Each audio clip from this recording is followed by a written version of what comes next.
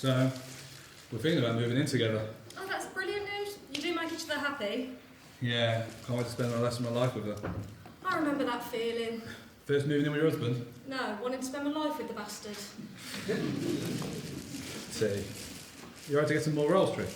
Yeah, of course. By the way, no one's ever 100% happy with their partner, but as long as it's most of the time, you'll be alright. Two of my favourite people to work with. Trish, or T, and Gaz, who's in the window. They're such understanding guys, and that was even before I mentioned my condition. The thing is with work is that most of the time, people don't even notice. Because my mind's so focused on the job and everything's become a routine now that it only really shows its ugly head every once in a while when something happens.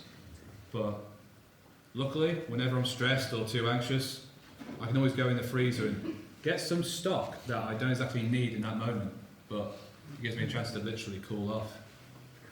Ah, did you see the meme I sent you on your break? Yeah, but mate, the one from last night. Oh, come on, the one with the... One sec, I've got another customer. So, we're all the same. Guys, just to let you know, we're going to be testing the fire alarm soon. No need to panic. Right. The one noise I really can't stand. So Mama didn't do when he was on your break. You'll be alright.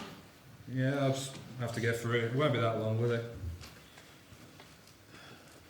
The problem is that it wasn't just a regular alarm check, but these alarms have been going off for 30 seconds to a minute at a time, almost throughout the entire shift. Adam, you alright? How many times now? That must be the 8th time. How many times are we going to play that bloody alarm? Let's just focus on the orders, yeah? In fact, will you go and get me some bacon, please? Yes, fine. It's piercing through me, my God. Just got to get some bacon in. I can't take any more. Anything else for that? Next when you're on your campus. Dude, what are you doing back here? It's quieter in here. I just need a minute. That'll be £1.39. Here's your change, thank you. Dude, is it alarms? Yes, it's too loud. I can't bloody take it anymore. Give me one sec. Katie, is Ash down there with you? Nothing, just need to talk to him. Right, okay. Dude, I'm going to let Ash know and get you a drink. Be right back.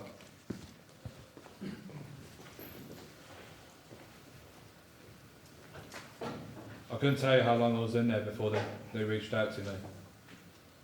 They told me that they finally stopped checking the alarms. It wasn't just a normal alarm check though. They played and tested with every single sensor.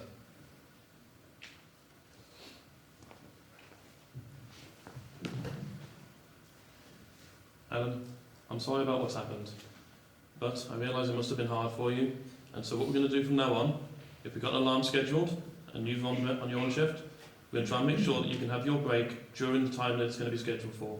That way you can be in your car, away from the noise, you know. Thank you. You see, I never actually realised the noises bothered you before. A lot of noises here bother me. Egg timers, toasters, the food trays, the vats where we cook the fries, a lot of things bother me. It's just, I don't know, they don't last that long, they're not that loud and pitchy. I deal with it okay. But the alarms are too loud, is it? That, and it was just piercing through me. It was unbearable. Well, I've got it down now, so hopefully we shouldn't have this issue again. That was a very brief version of my conversation with the manager. I was so angry about it, but relieved to have had that conversation, so it didn't happen again.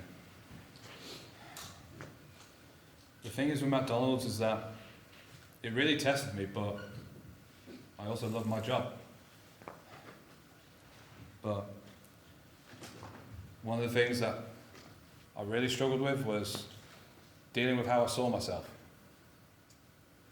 Mentally, I would go through so many different emotions about situations just like that. You see, the thing about my condition is that everyone just thinks I'm an everyday guy, but those alarms going off can ruin a day for me. It's not just those alarms either. There's alarms at pools, at swimming baths, to alert lifeguards. There's certain noises that can happen during shows in theme parks or on certain rides. I've even had a hearing aid bother me so much I just left the room. But that's the thing about my condition. It's not everyday things. You think I can just live my life as normal as possible, but things like that happen, I turn into a bumbling mess. Or worse, an angry bumbling mess.